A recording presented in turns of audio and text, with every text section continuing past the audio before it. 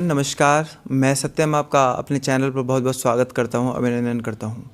प्यारे दोस्तों, आज हमारा विषय रहेगा आयुर्वेद और आज हम बात करने जा रहे हैं फेस पिंपल्स और फेस के स्पॉट्स, यानी मुख की झाइयाँ और उसके दाग।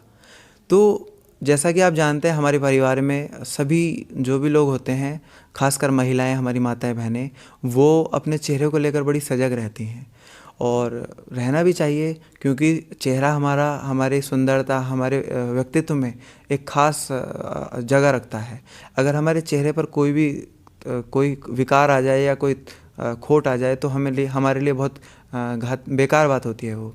तो हमें अपने चेहरे के लिए हमेशा, जब भी आप हंसते हैं या जब भी आप मुस्कुराते हैं, तो आपके चेहरे का इसमें विशेष योगदान होता है।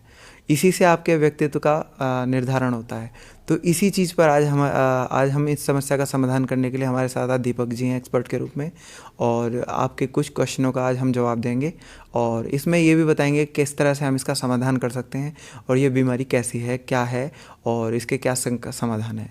तो आज हमारे साथ दीपक जी है। दीपक जी, आपका बहुत बहुत स्वागत है। दीपक जी के बारे में मैं बताना चाहूँगा, दीपक जी योग एवं आयुर्वेदिक स्पेशलिस्ट हैं। हमारे साथ लगातार जुड़े रहते हैं और आपकी शंका समाधानों को आप करते रहते हैं। तो इसी विषय पर आज हम आपका स्वागत करते हैं। जी, धन्यवाद।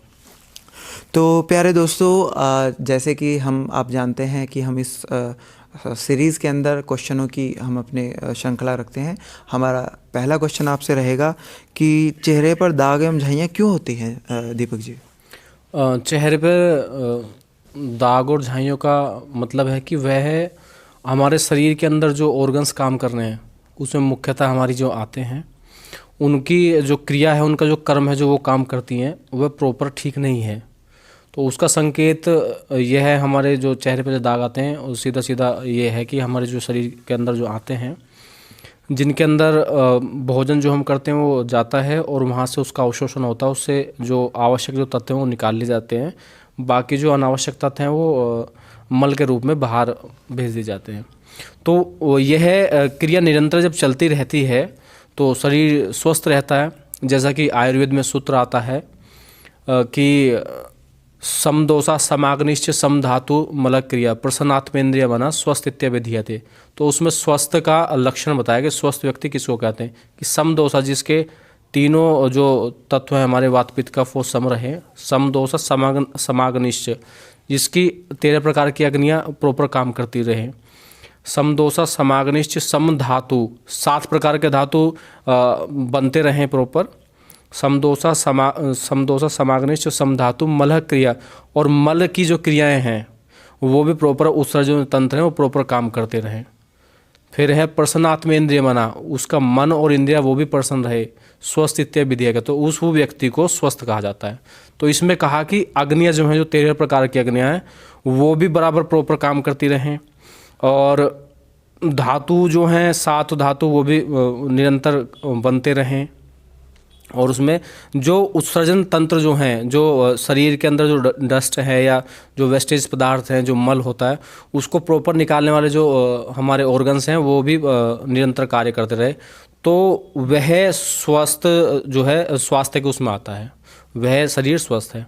तो जैसा कि आपने क्वेश्चन पूछा कि यह क्यों होते हैं, तो उसका कारण यही है कि जब हमारे शरीर के जो ऑर्गन्स हैं वो अपने कार्य को करने में सक्षम नहीं हो पाते या आंतों के अंदर मल ज़्यादा मात्रा में ठहर जाता है, तो फिर हमारे चेहरे पर जो है या तो दाग आ जाएंगे, झाइयाँ आ जाएंगी, या फिर पिंपल्स हो जाते हैं छोटे छोटे, क्योंकि वहाँ से जो है वो मल ठहर गया, वो उसमें अग्नि के द्वारा उसमें सड़न पैदा होगी, और सड़न जो है उसका सीधा संबंध हमारे चेहरे के ऊपर प्रदर्शित होता है, और वहाँ से जो पित्त हमारा डिस्टर्ब हो जाता है, और जैसे पित्त डिस्टर्ब होगा तो जो फुंसी फोड़े या दाग झाइयाँ आ जाती हैं। बहुत बहुत अच्छा आपने उत्तर दिया दीपक जी, हम आपका बहुत अच्छे से आपने उत्तर दिया।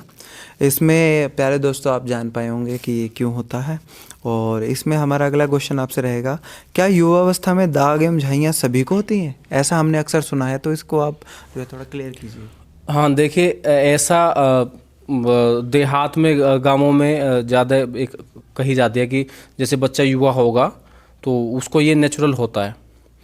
तो वो ऐसा तो नहीं है कि वो सबको होगा, क्योंकि आपने बहुत सारे लोग देखे होंगे कि किसी के तो बुढ़ापा आ जाता है, उसके चेहरे पे दाग ही नहीं होता कोई भी। जी जी तो ऐसा नहीं है। वो इसलिए ऐसा कहा जाता है कि जैसे बच्चा युवावस्था में आता है तो उसके हार्मोन्स चेंज होते हैं। तो हार्मोन्स चेंज होने पर शरीर में परिवर्तन आता है, तो उस स्थिति में कुछ लोगों को ऐसा हो जाता है।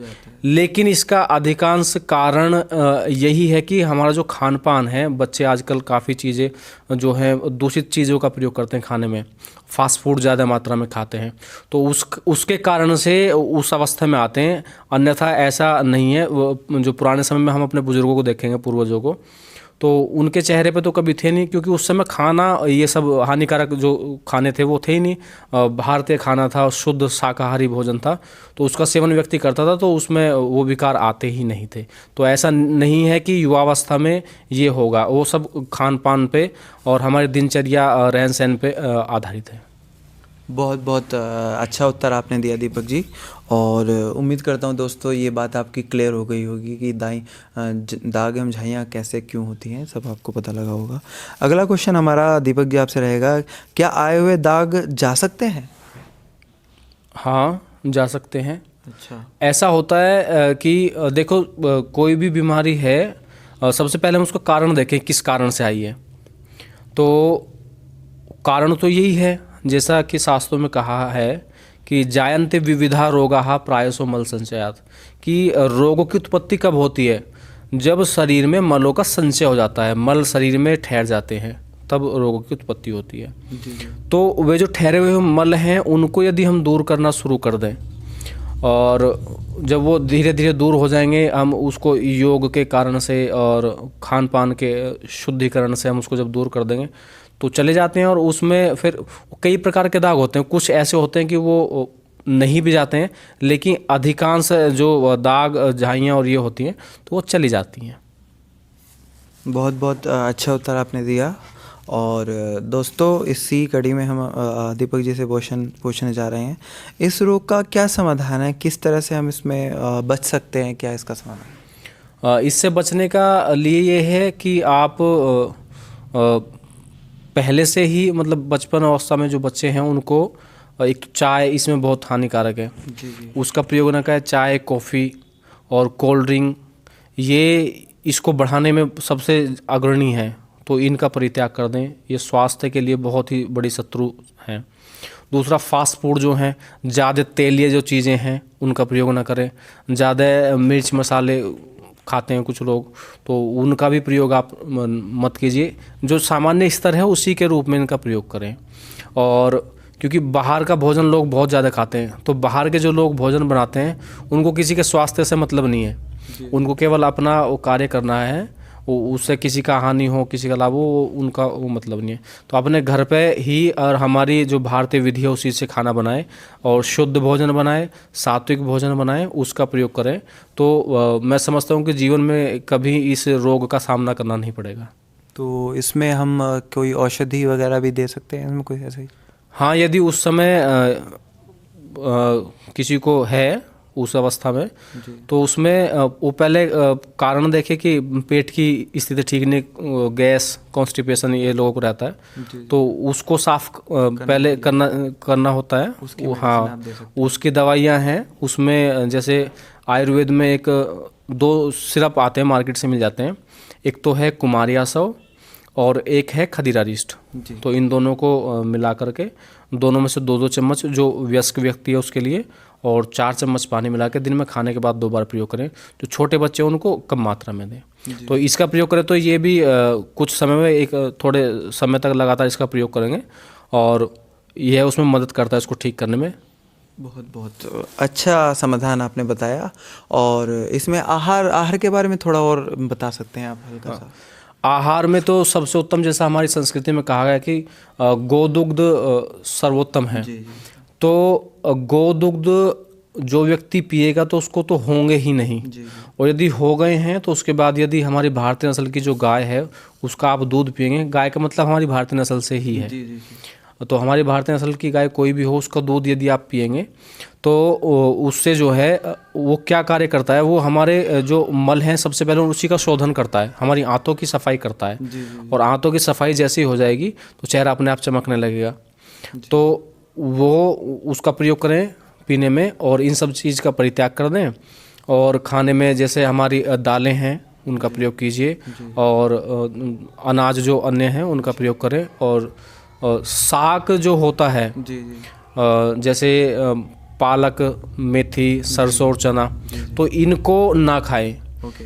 क्योंकि ये बहुत खतरनाक हैं और इनको खाने से हमारे पेट में जो है वात, पित्त और कफ तीनों अनबैलेंस हो जाती हैं, और जिनके अनबैलेंस होने से रोग उत्पन्न होते हैं। तो ये चेहरे की बीमारियां बढ़ाने में जिसको ये समस्या हो तो वो इसका परित्याग कर दे, जिसको ना हो वो भी कर दे तो उसको होगी नहीं, क्योंकि ये वात, पित्त, कफ को एकदम खाने के बाद ही डिस्टर्ब कर देते हैं और बहुत खतरनाक इससे बीमारियां जाती हैं। तो इसका परित्याग करें और अच्छा खाना खाएं, योग और प्राणायाम साथ में करें, तो इससे हम बच सकते हैं। बहुत अच्छा उत्तर आपने दिया। और प्यारे दोस्तों, आप जान पाए होंगे कि झाइयाँ कैसे होती हैं, इसका क्या क्या कारण होता है। तो उम्मीद करता हूँ कि आपकी सभी समस्याओं का समाधान जरूर हुआ होगा, और दीपक जी ने बहुत अच्छे से उत्तर दिए। इसी कड़ी में हमारा लास्ट क्वेश्चन आपसे रहेगा कि कोई ऐसा गुरु मंत्र आप देना चाहेंगे? गुरु मंत्र के लिए यह है कि आप एक तो सुबह प्रातःकाल में, उषा काल में उठें, तो उसका भी एक बहुत बड़ा बेनिफिट है हमारे चेहरे के लिए। जब हम सुबह जल्दी उठते हैं तो जो सूर्य की जो रश्मियाँ होती हैं, जो किरणें होती हैं, वो मनुष्य के शरीर के लिए हितकर होती हैं। जी। तो हम सुबह जल्दी उठेंगे तो उनका हमें सेवन मिलेगा, उस समय उठेंगे। और प्रातःकाल में प्रकृति समावस्था में रहती है, तो उस समय की जो वायुमंडल होता है वो शुद्ध अधिक मात्रा में होता है, जबकि दिन में ऐसा नहीं होता। दिन में वायुमंडल में प्रदूषण होता है, तो सुबह के समय प्रदूषण नहीं होता, ऑक्सीजन पर्याप्त मात्रा में रहती है। तो उस समय यदि हम उठ के थोड़ा भ्रमण करेंगे, कुछ व्यायाम करेंगे, योग, आसन, प्राणायाम करेंगे, और कुछ ध्यान, इस तरह की क्रियाएं करेंगे, शरीर की एक्टिविटी करेंगे, तो उससे ज़्यादा बेनिफिट मिलेगा। उससे हमारे चेहरे पे नेचुरली चमक भी आती है। आप देखना, जो जैसे हमारे गांवों में जो बुजुर्ग लोग होते हैं, और जैसे कुछ लोग काम करने वाले होते हैं, जैसे दूध होता है उसका निरंतर सुबह का ही काम होता है, 4 बजे उठ जाता है, तो आप देख रहे हो उन लोगों के चेहरे पे जो है आज भी चमक मिलेगी, जबकि वो कोई प्रसाधन का प्रयोग नहीं करते, कोई क्रीम नहीं लगाते, कुछ नहीं करते। तो वो कहाँ से आई? वो वहीं से आई। जी जी।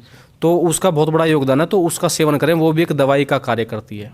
तो यही गुरु मंत्र है कि आप अपने दिनचर्या को सुधारें, अपने खान पान को सुधारें, अपनी भारतीय संस्कृति की तरफ लौटें, और अपने चेहरे की चमक को बढ़ाइए, और एक सुंदर व्यक्ति के रूप में आप समाज में प्रतिष्ठित होइए। बहुत बहुत धन्यवाद दीपक जी, और हम आपका बहुत बहुत आभार व्यक्त करते हैं जो आपने हमारी सभी समस्याओं का समाधान किया। प्यारे दोस्तों, हम एक बार फिर से दीपक जी का धन्यवाद करते हैं, वो हमारे साथ जुड़े। और प्यारे दोस्तों, मैं आपको यही बताना चाहूँगा कि आप योगाभ्यास करते रहें, अपने स्वास्थ्य का ध्यान रखें। और प्यारे दोस्तों, अपना ध्यान रखेंगे तो ज़रूर ही आप आगे अच्छा कर पाएंगे, सफलता आपको मिल पाएगी। और हम आपके लिए ऐसे ऐसे अच्छे वीडियोस लेकर आते रहेंगे, और अच्छे लोगों को आपसे जुड़वाते रहेंगे। अगर आपकी कोई समस्या हो, कोई दवाई से रिलेटेड आपको कुछ पूछना हो, आप हमें कमेंट कर सकते हैं।